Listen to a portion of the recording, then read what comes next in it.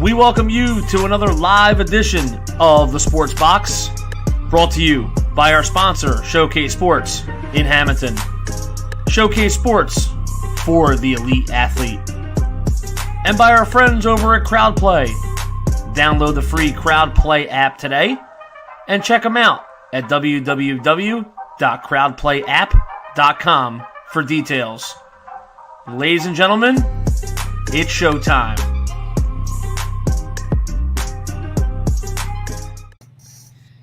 And welcome everybody to another edition here of Unsportsmanlike Conduct here on the Sports Box here on this Monday evening. And now the calendar turns to June.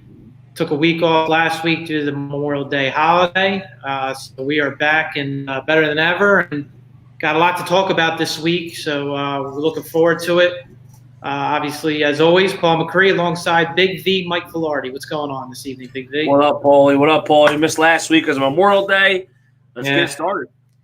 And obviously, your high school baseball season's over, unfortunately. Obviously, Thanks kids for bringing that up, Paul. Appreciate that. Well, I was just going to bring up a good point about it, that it was a good run, good season, tough loss to Central Regional the other on Saturday, but the kids obviously did a great job this year. Ocean City Mainland beat them late in the season, so a lot to still be proud of. You just never know when it's a single elimination what's going to happen. Yeah, so it is what it is. Right? Moving back into the Cal this year, we had a pretty good year, and things went our way toward late in the season, and we carried some momentum into the playoffs, but got up 3-0. We just couldn't finish off. But it was a good year, very good year. That's good to hear. So, well, at least for you, you'll have a little more time. A little odd for you, probably, to have more time on your hands now. So, don't worry. I was already. I went to ShopRite, Walmart, and got the baby after school today. So, still got to do your. She's put me through it already. So still got to do your parental duties. That's for sure. And obviously, we'll get right into. I think that we'll start off with a little NFL sponsor. Oh yeah, sorry. I'll hit you with a sponsor tonight. Go ahead. All right, so Nicole, Anne-Marie, and Ronnie over at Showcase Sports in Hammonton have just opened up their store actually today. Opening day on the White Horse Pike in Hammonton. We are looking to do a live show from there in the next week or two, possibly. It's a very exciting time for them and our sponsor. So we want to, congratulate them on moving to a new store, a new location. And look out for us in there. Also, look out for me in there, too. I'll be doing some live hitting instruction in there as part of the team, the Showcase team in there. So we'll let you know, what that's all going to be about. But check them out online or in the store, Showcase Sports in Hammonton. Yeah, that's great news, obviously, that they opened up. I went by there, looked at it last week or 2 weeks. Yeah, signs up, looks great. So best of luck to them in their new location. And I'm sure they'll do great. And obviously all that community support usually get in Hammonton. Oh, yeah. So, even though, NFL, we haven't really gotten into much lately since the draft, at least, May and June, you have the OTAs, and I think the next couple of weeks is like your mandatory mini camps. But obviously, the speculation that was looming for the last couple of weeks, especially started to intensify, was the Julio Jones trade rumors, and they came to fruition finally yesterday. He is traded to the Tennessee Titans to pair up with A.J. Brown, already a terrific young receiver for that team. And now you get a veteran receiver with a lot of experience with 10, 11 years in his career, and obviously a Hall of Fame career already for Julio Jones. Ends one chapter in Atlanta, which was great, and then he goes now to Tennessee.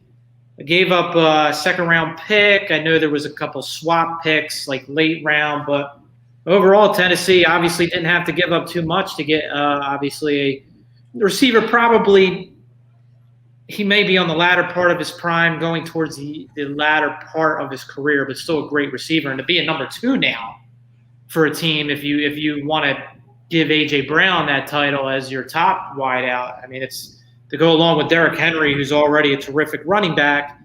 and some of the offensive weapons they have. And Ryan Tannehill has been pretty good for them the last couple of years since he took over as a starting quarterback. So all in all, Tennessee, made a huge move, and now you have to think in the AFC picture, they got to be considered one of the favorites in the AFC, at least at this point. Yeah, well, a couple things as an Eagles fan. Glad he's out of the NFC. You don't have to face him. Well, you don't have to face him week one. Week one, right? Week one, Right. And so that's good for Eagles. Obviously, as a Philadelphia fan, my reaction to this is, well, if a second-round pick is all they gave up for him, why didn't the Eagles go after him? Now, I'll let you answer that. Is it the $15 million he was making this year? Well, obviously, it couldn't have been the draft picks because Right. they have more draft capital than the Titans do. I just think it comes down to, I think they were just smart about it, to be honest with you. I think this isn't the time to go get a veteran receiver like that. They are not ready, as much as some people in the media are pushing. Well, maybe if everything, their schedule is one of the easiest in the league. They could still win 10 or 11 games. I'm not buying that right now. I think, 7, 8 wins, yes, but that you got a young quarterback who you still don't know a whole lot about. He's only made 3 starts, in his NFL career, or 4 starts. I think you have to still see what he's all about. You just drafted Devontae Smith. You want to see what Jalen Reagor has, this year. I just think this was not – I know they brought in a couple of veterans on the defensive side of the ball that you kind of scratch your head like, why did we give a guy a 1-year deal on the defensive side? But when it's talking about somebody like that, I just think they would have figured it out cap-wise. I think they always do. I mean, they're somehow $8 million under the cap despite how much over they were at one point.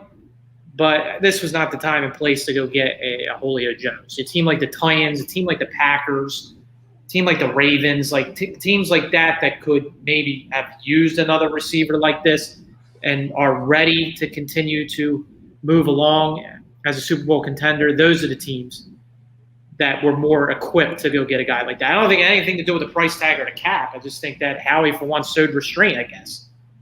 Again, I mean, maybe you disagree. I don't know. I mean, I could see that.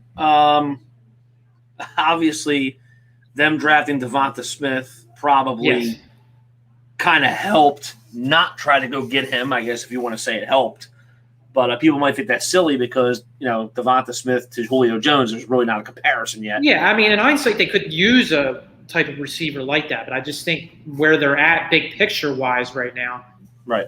They're in the midst of a 2 or 3 year rebuild here, if everything even works out, because of the draft picks they have next year. And I think right now it would have to be something tremendous and a great opportunity to give up those couple round draft picks right now. Well, Henry says, our Tennessee now favored to win the Super Bowl, or what else could they be missing? And we go backwards to Brian's thing, and he still thinks they're behind the Chiefs, Bills, Colts, and Browns at the least, which I think that's a little ridiculous. I put them third right now. Yeah, I think they're better than the Colts. I don't have the Browns that high. I'm sorry. I mean, the Browns certainly coming off the year they had. I mean, I would still put them slightly ahead of the Steelers right now. Right. But I don't think it's like a huge, wide gap between. I mean, I really think right now I would put the Chiefs still number one in the conference. And Tennessee and Buffalo are pretty close, I think. You could put that maybe 2A, 2B right now. And I'm not putting the Colts ahead of the Titans. I know he likes the Colts. I don't know if it has something to do with his admiration towards Carson Wentz or whatever, just to bust Eagles fans, stones or whatever the case is. But I think the Colts, I mean, they got a great, young running back that I think is going to be terrific, and Jonathan Taylor. Michael Pittman, we'll see as a receiver. I think the verdict's still out on him. Going into second year. I mean, T.Y. Hilton's past his prime. I mean, I don't see, they don't have A.J. Brown and Julio Jones. And I mean, maybe the defense, I guess he's going to go by their defense. I don't think the Colts defense is, I mean, it might be a little bit better than the Titans defense. I don't know. He's saying the Titans' defense was, god awful. 32-year-old receiver is not going to change much there. No, it's not going to change on the defensive side of the football. So yeah, but I mean, this is he's going to lecture us about fantasy football, and this guy, that's all he talks about. Please, I can't get into this right now. I'm not saying the Colts. I think right now the Titans are a better team than the Colts. That's just, and it wasn't last year. If you looked at it,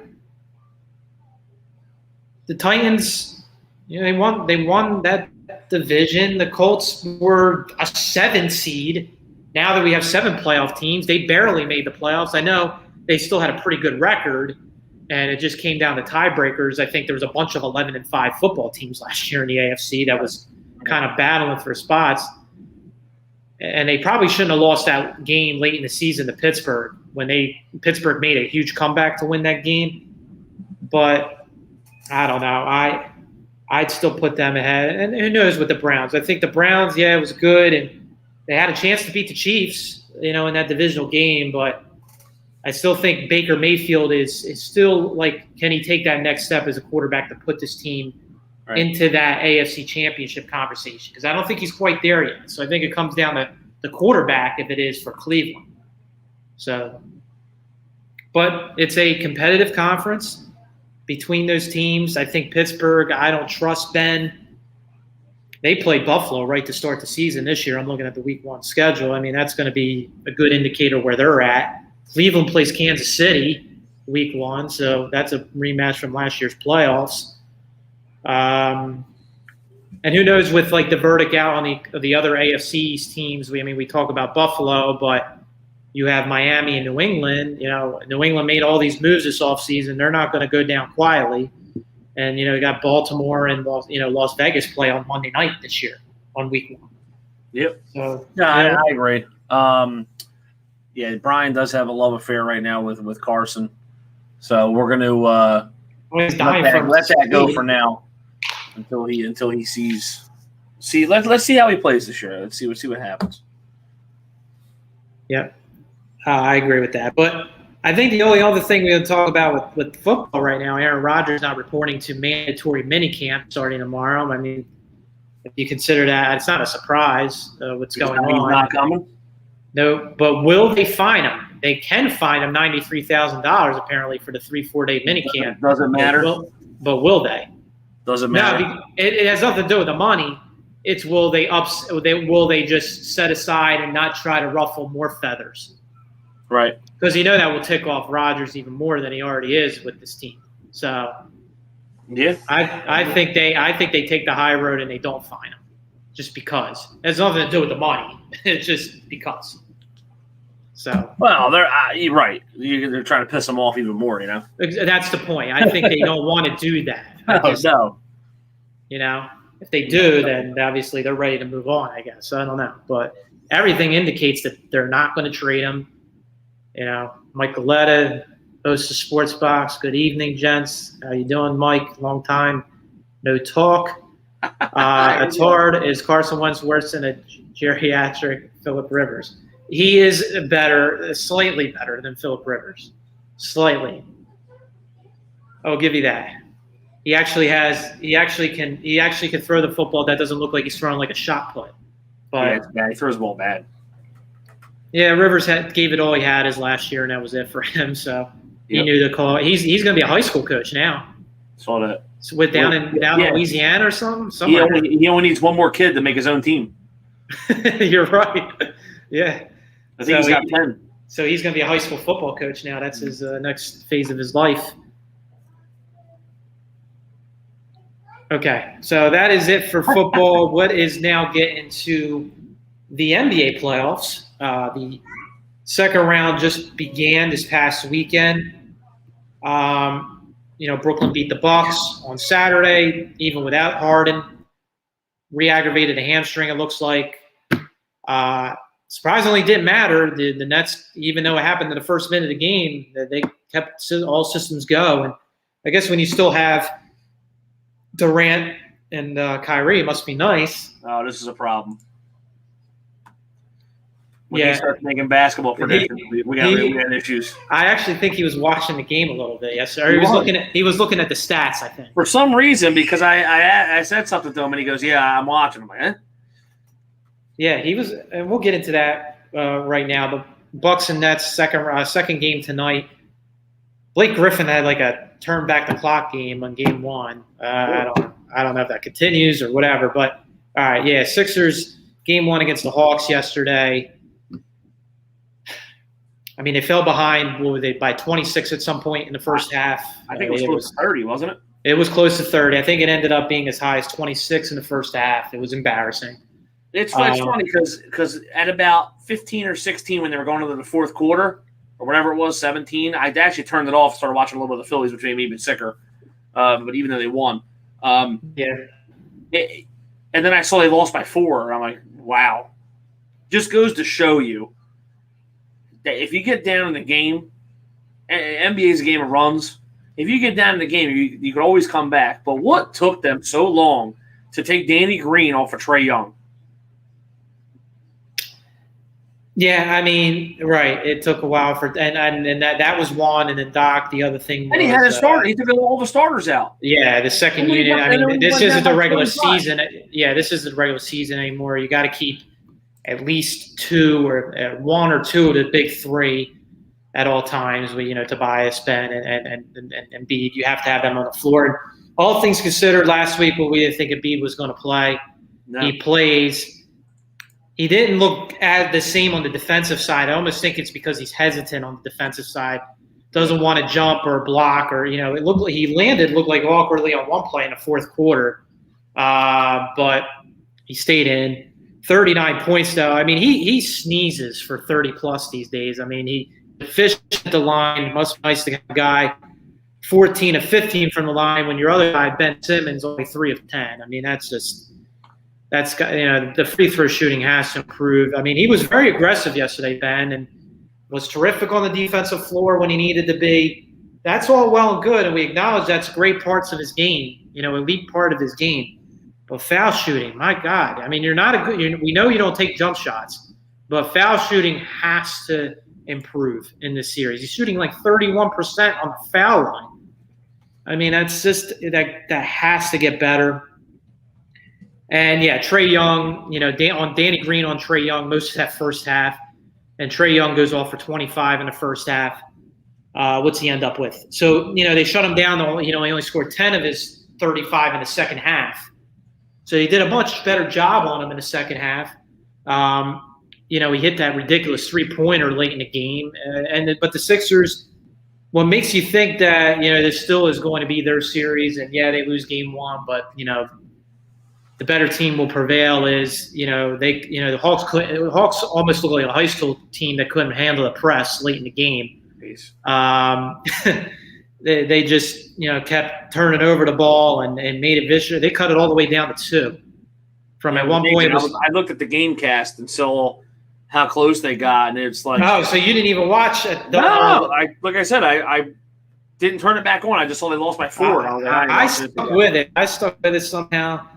Were you getting excited, though, towards the end? Like, oh, my God, they could pull this off. I thought they had a chance. Yeah, absolutely. But then, guys like Bogdanovich and Gallinari hit, threes. And you're like, well, in this game, Atlanta, what did they shoot? 20? They had 23-point shots made yesterday. Yeah, 20 of 47. So they had 47 3-point attempts. Sixers had 29. And that was a lot of them were in the fourth quarter, those 3-point attempts. Because I think at one point the Sixers were as low as 10 or 12, maybe in the first half. So, I mean, they only made 10 3-pointers. So they got doubled up on the 3-point, makes. And, you don't need to know analytics to know, well, if you get outscored on the 3-point line by 10, it's going to be tough to win the game. And, and the Hawks only missed 1 foul shot. They were 20 of 21. And, Sixers were 24 of 35. Most of those misses were because of one guy. So I think, 7 of the 11 misses were by one guy yesterday. So game 2 is tomorrow. And, Doc's going to have to – I know he took a lot of slack today amongst the airwaves in Philadelphia today. for not adjusting quick enough to putting Ben on Trae Young, and then also, the second unit playing way too long there in the late first quarter, early second quarter stretch where they got outscored by a lot. But one other stat was the Hawks starters. I don't know if you look at like these plus minuses. I guess it's kind of similar to hockey, I guess. Of course. Where in hockey is meaningless. It's hard. We'll tell you plus minus is meaningless in hockey. Basketball, I think it gives you a little bit of perspective. Every starter but Bogdanovich, who was an even, every other starter on the Hawks was a minus yesterday. Wow. And every starter on the Sixers was a plus. How's that happen? Because of the bench. Yeah. The bench, Dwight Howard was a minus 15. George Hill was a minus 17. And, so all the bench, I'm looking at the whole bench was a minus for the Sixers yesterday. Jeez. So that can't happen. That's that's how the game went yesterday, and we'll see what happens in Game 2 on Tuesday. Clippers won Game 7, so they won the last two games of the series where they were down 3-2 against Dallas. Yeah, I had a feeling that was going to happen, but Doncic was the whole show. He couldn't take the whole game himself. Every game he was hurt every game. Still a one-man show there in Dallas. Dallas still needs that. Somebody else. Yeah, Porzingis isn't that guy that can really handle, as the number 2. I don't think. But yeah, Kawhi took over in the last two games of the series. He was terrific. It goes to show you whenever he wants to play, he's still one of the top 5 players and top 8 players in the league, wherever you want to put him. Playoff stud, dude. Denver and Phoenix begins tonight. That should be a pretty good series between two teams that Phoenix playing real good right now. Yep, beat the Lakers. So the NBA champions are done. So what did you see? You saw the last 8 teams. All the Western Conference teams have never won an NBA championship. Oh wow, I didn't know that. Yeah, I saw that. All the Western Conference teams have never won an NBA championship. And Milwaukee was the Sixers 83. Milwaukee was like 70 something. Brooklyn's never won. So somebody's gonna win an NBA championship for the first time in a long time, or the first time ever. Yeah. This year. Hopefully it's not the Nets. Still looking that way, unless one of these other guys get hurt on the Nets. Well, Harden's a big blow. Could Lowry and Durant do it by now? Not Lowry. Irving and Durant do it by themselves. See what happens. It's the way it should be anyway. Yeah, so Sixers are 5-point favorites tomorrow. They were only 3.5 game 1. Well, they dropped 39, so they're figuring they lost by 4. Yeah, they got to win them by 10, probably the adjusted line. I think tomorrow's got Sixers blowout win written all over it, to be honest with you. But we'll see. I mean, I've been wrong. So, but the Sixers play Tuesday. Then there's 2 days off going to Atlanta. They play them Friday night. Then another 2 days off. Then Monday. Then the rest of the series is every other day. So I think it's like Wednesday, then Friday. And then I think Game 7 would be that following Sunday, I think. So that's how that series goes there. So when we come back on the air next Monday, will be Game 4. Actually, almost the start of Game 4, which is a 7:30 start next Monday. So in Atlanta. So that's it there. NHL playoffs. Bruins and Islanders tied at 1 after the first period. Ooh. Islanders gave up an early. We're going to get a lot of comments right now. Early goal, minute 25 into the game. David Pastrnak, what else is new? 6th goal of the playoffs. Barzell's starting to really heat up now. He scored a power play goal. What is that, 3rd goal of the series, I think, now for him? ESPN has him as his 1st goal of the playoffs. I don't think it's his first goal. I'm pretty sure he scored the series. He scored a goal. What they play Saturday night? Goal, we know that. No, and I think he didn't score. I don't think in the first round. I think he struggled in the first round series against Pittsburgh, but he scored a power play goal late in the first period. So that game is tied after 1 period of play. What's your thoughts about Varlamov has played every game, but they took what's Sorkin out of the lineup, and he played well in the first round.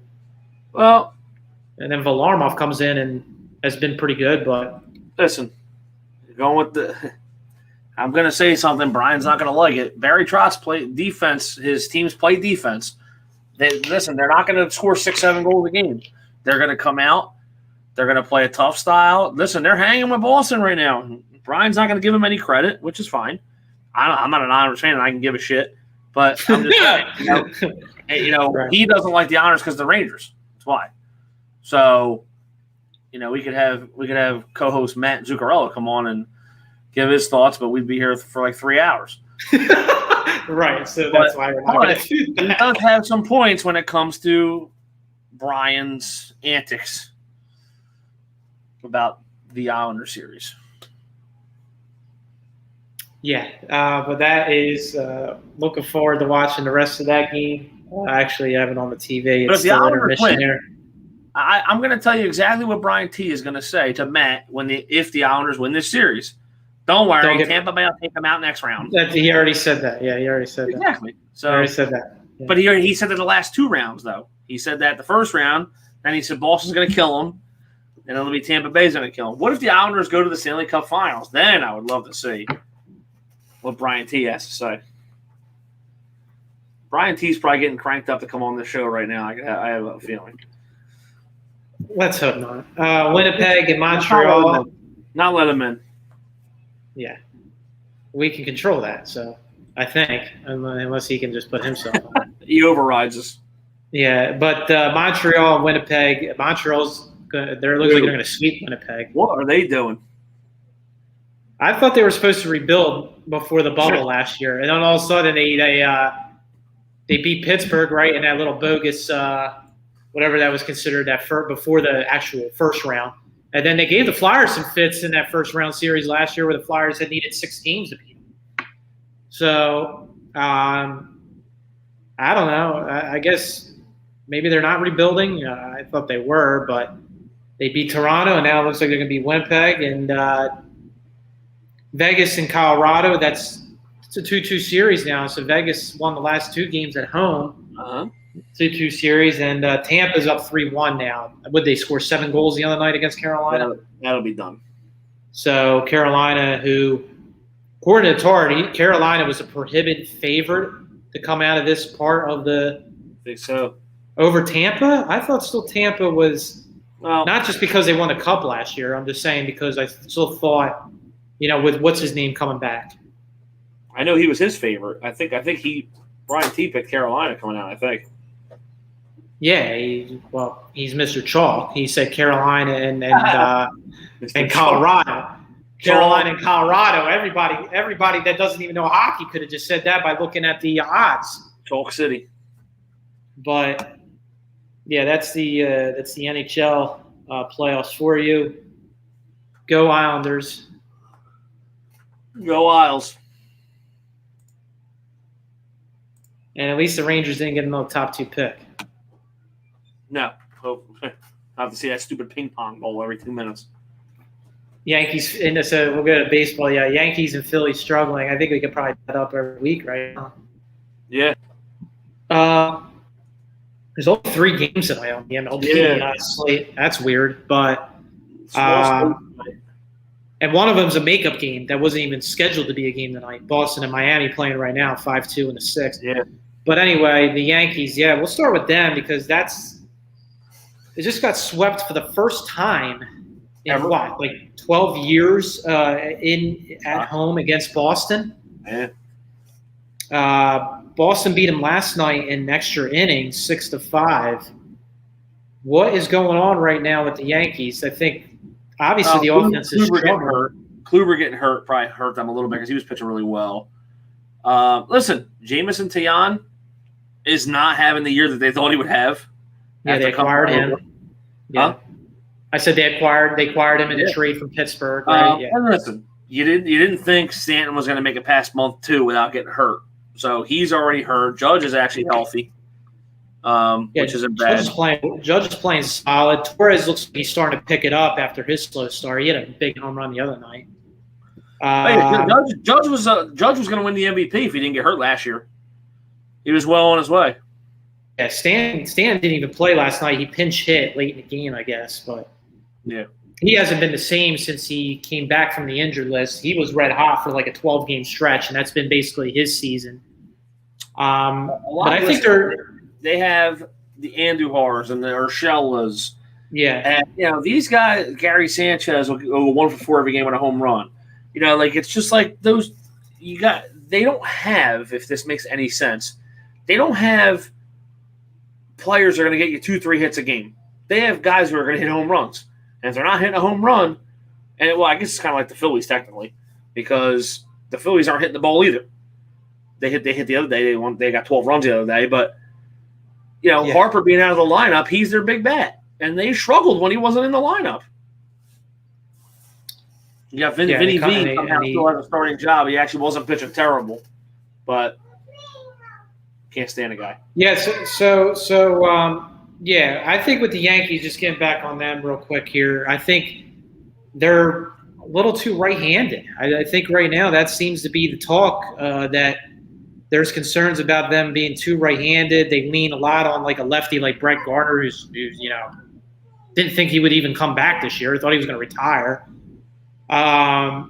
They just, LeMay, who's not having anywhere near the year he had the year before, and they just gave him a big contract. So he played 2 terrific seasons in New York, and is nowhere. It hasn't played like that this year. He's hit 253 after he was hit. I think he was. Did he win a batting title last year or 2 years ago? So he's fallen off. Herman's been fine and Cole's been fine. Garrett Cole. But what's his name? Severino still hasn't come back, so they're waiting on him. Their bullpen's fine, but the offense has just not been there. Right now, Tampa and Boston are the top 2 teams in this division, and they deservedly so. They've played terrific baseball so far this season. I think for Boston, I think it's just the bringing back Alex Cora. I think the manager has been a big difference for that team. JD Martinez has come back strong this season. Bogarts is still Bogarts. Devers is having a terrific season so far. Even Hunter Renfroe's giving them a shot in the arm, who they acquired. So they're a good team. They're better right now than the Yankees, and Tampa is continuing to say, we'll get rid of, or we can't afford Charlie Morton, or are we going to have to trade Blake Snell? We'll just bring on the next guy because our farm system's so good. It's just one of those deals with them all the time. But going to the Phillies now, they scored. It's a weird month. They have a lot of off days this month. It's really weird about how their schedule is. Hold on. We got some breaking news. Go ahead.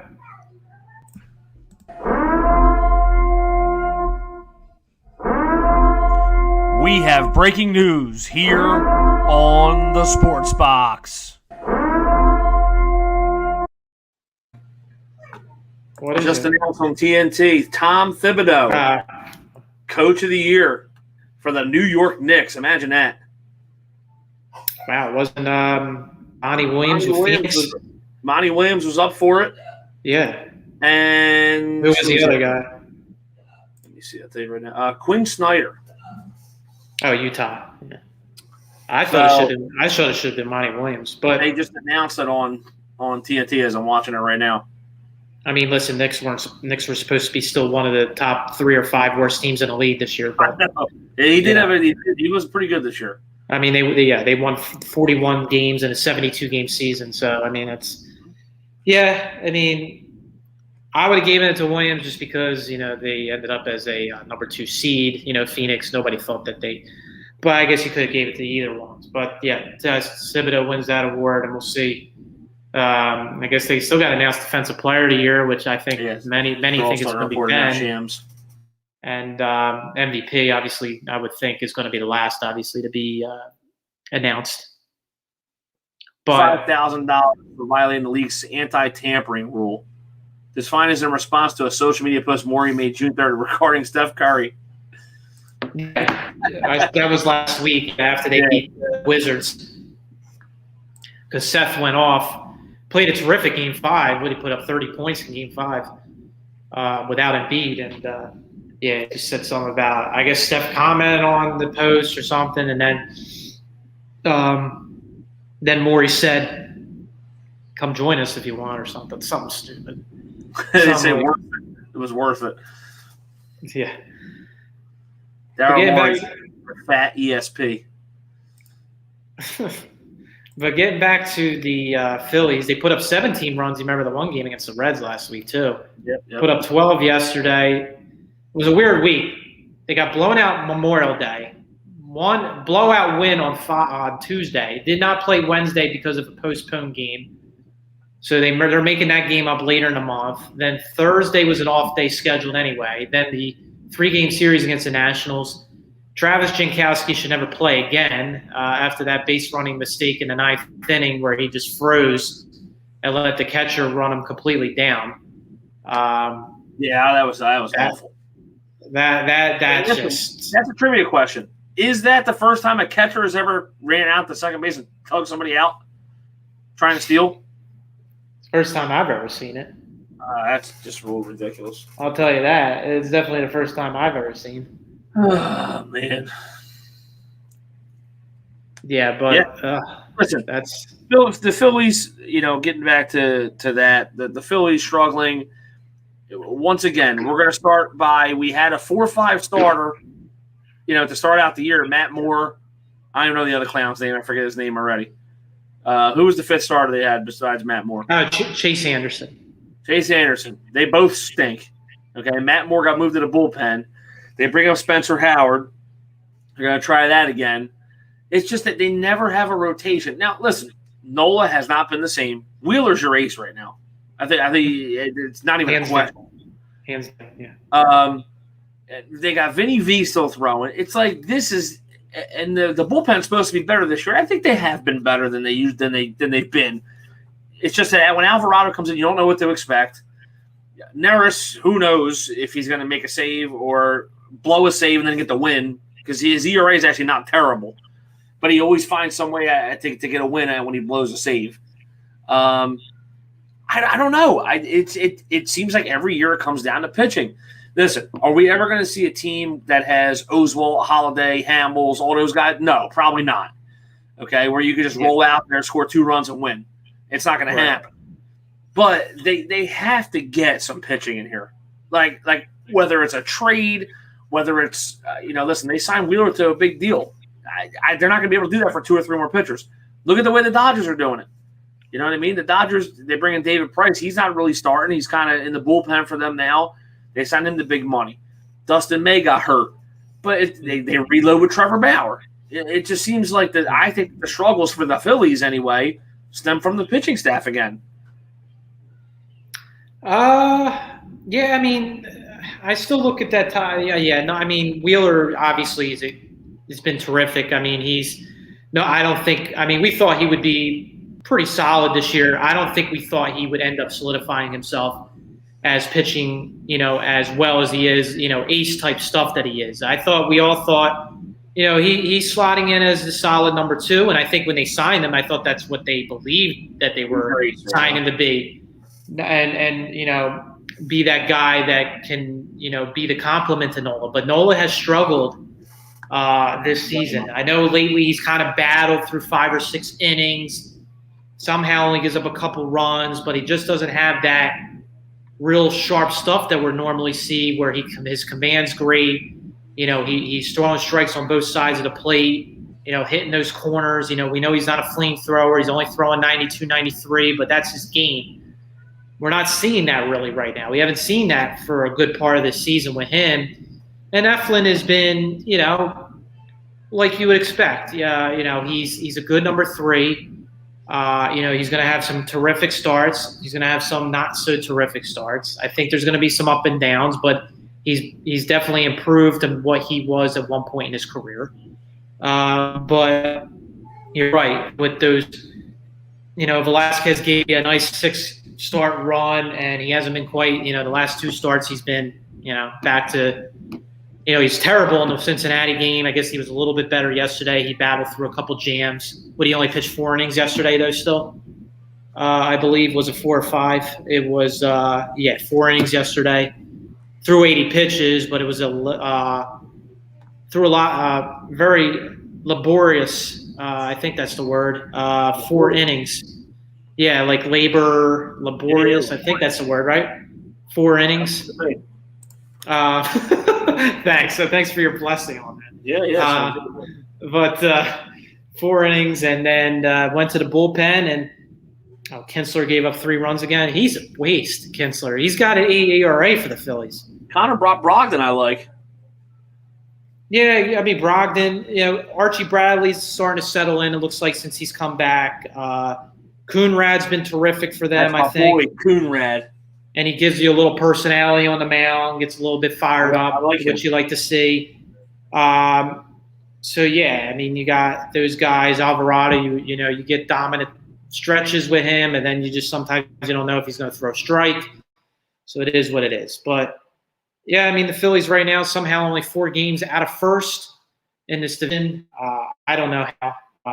But the Mets, to me, they look really solid now. DeGrom's giving you, Bob Gibson-like performances now every time out. I mean, he's got a .5 ERA. I mean, it's ridiculous what he's doing. He might win the Cy Young for the next 6 years in a row. Like, if he keeps this up, it's just like absolutely ridiculous. He's throwing 100+ from first inning to his last inning. Yeah, like there is no wavering of his velocity at all. He's right? not human.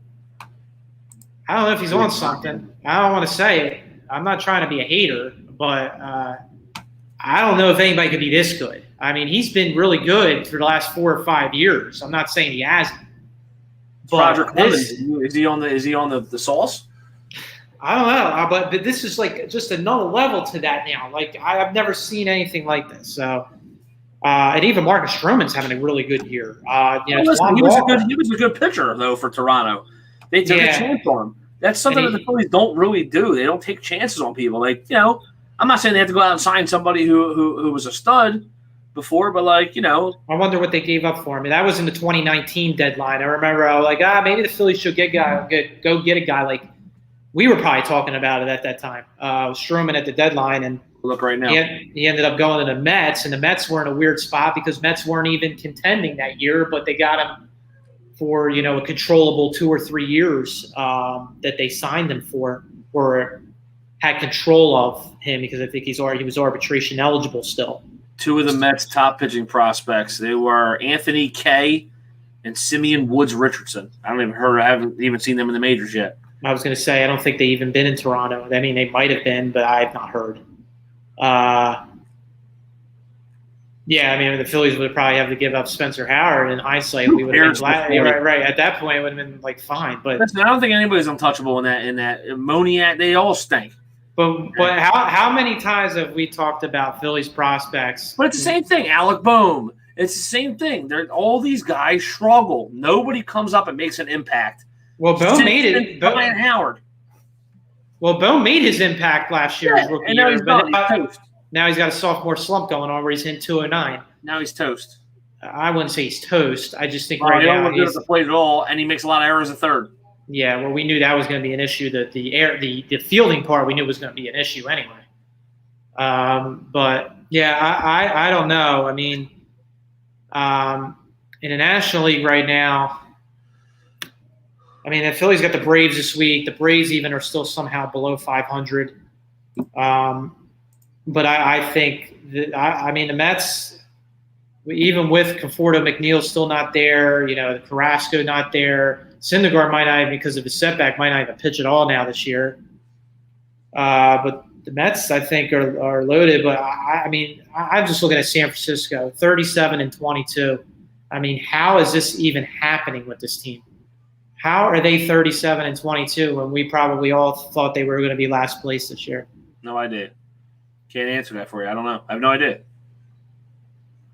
San Diego, I mean, I still think San Diego and LA are going to be your top 2 teams in the division. Yeah, most likely, but the Giants. I don't want to hear anything about the head coach either. You mean the manager? Yeah. We don't call a head coach in baseball. Well, he's a head coach. The head ball coach? Yeah, the head ball coach. Foley, we got one more thing to talk about. And I don't know if you saw it or not on here, but let's check this.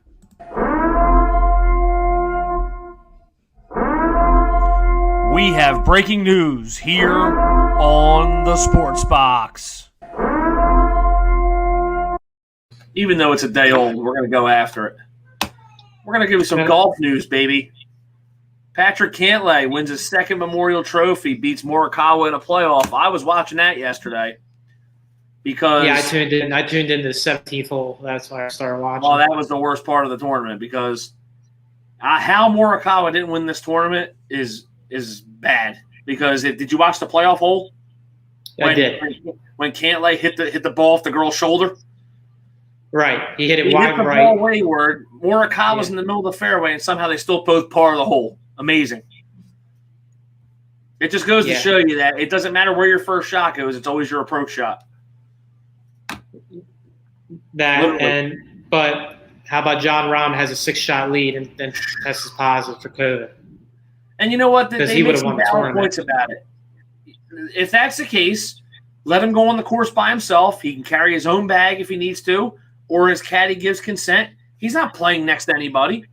He could have went out there and did whatever he wanted to do. But I get it because then it's like, oh well, he's playing by himself. There's no pressure on him, from another guy or whatever the case is. But like he gets no money. It was a $2 billion purse or whatever it was, $1.6 million. Yeah, a little over $1 million. That. What if it was a false positive, and he could have played? That's what I'm saying. So, whatever. But anyway, for those golf enthusiasts who are watching, Patrick Cantlay hit a 40-foot birdie putt to extend the match into the playoffs, and he ended up winning it. So those guys are putting like crazy. Yeah. The rain started coming down as the playoff was starting, and love it. Love watching Sunday golf. Yeah, we so got the U.S. Open coming up June 17th. Yeah, I was going to just say 10 days. So this week, and then you got the U.S. Open. We're going to give you our before teeing off those. That's right. When's their show? Tuesday, Wednesday? Hold on. Breaking news.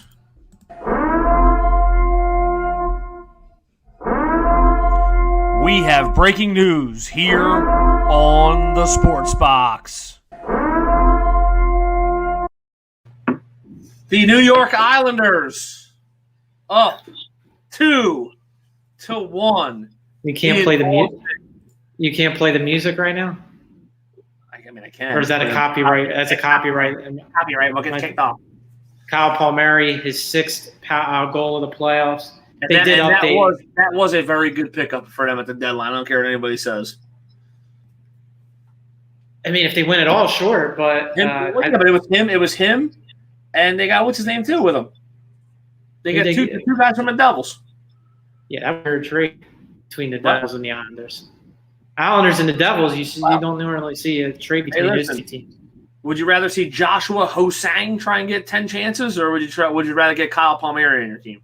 Sure. But didn't they give up a first or second round pick for him? Who cares? Can you try and win a cup? I want to hear it. And that was I don't want to hear your Adam Foxes and all your bullshit Lafreniere and get out of here. Get lucky in the draft, turds. I don't want to hear it. He thought they were going to get the number 1 pick again. Yeah, how many times do you think you're going to get that lucky? Don't worry. Listen, the Flyers are going to get the number 1 pick, and they're going to pick some guy that will be a part of anything in his career. It doesn't matter. Thank God. You know what? And that was a story. Somebody put it up. Moniak, Nolan Patrick, and Markelle Fultz were the last time that we had a top 2 pick, and it's been trash. They're worse than each one's worse than the other one. That's how bad it is. We can't even hit on a draft pick in this city. It's a disgrace. Don't get me started, Paulie. Let's end the show. I don't need to fire you up. You fire yourself up. Brian T started talking about basketball. Now he's done. He don't want to talk about hockey anymore because the Bruins. I guess he tuned off. He must be off the air. Good. He's got other things to do. Send us home, Paulie. All right. Well, that's it for this week. Thanks, everybody, that did chime in particular all the football stuff early on. And obviously, we'll be back next week. Hopefully, we're working on a guest for next week, so we'll keep you abreast if that does come to fruition with a special guest for next week, at least for part of the show. So we'll see how that all works out. Yep. But that's it again. Thanks for joining us, Paul Macrie, alongside Big V, Mike Velardi. Have a great week, everybody, and we'll see you next week.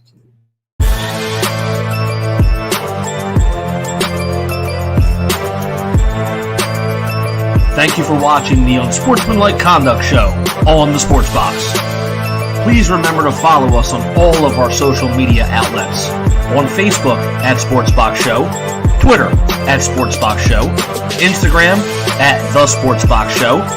Find us on YouTube and join Outside the Box, our Facebook sports discussion group. The Sports Box is brought to you by our sponsor, Showcase Sports in Hammonton. Showcase Sports for the elite athlete. And also our friends over at CrowdPlay. Download the free CrowdPlay app today and use promo code THEBOX at sign up for 10 free points. Thank you for joining us.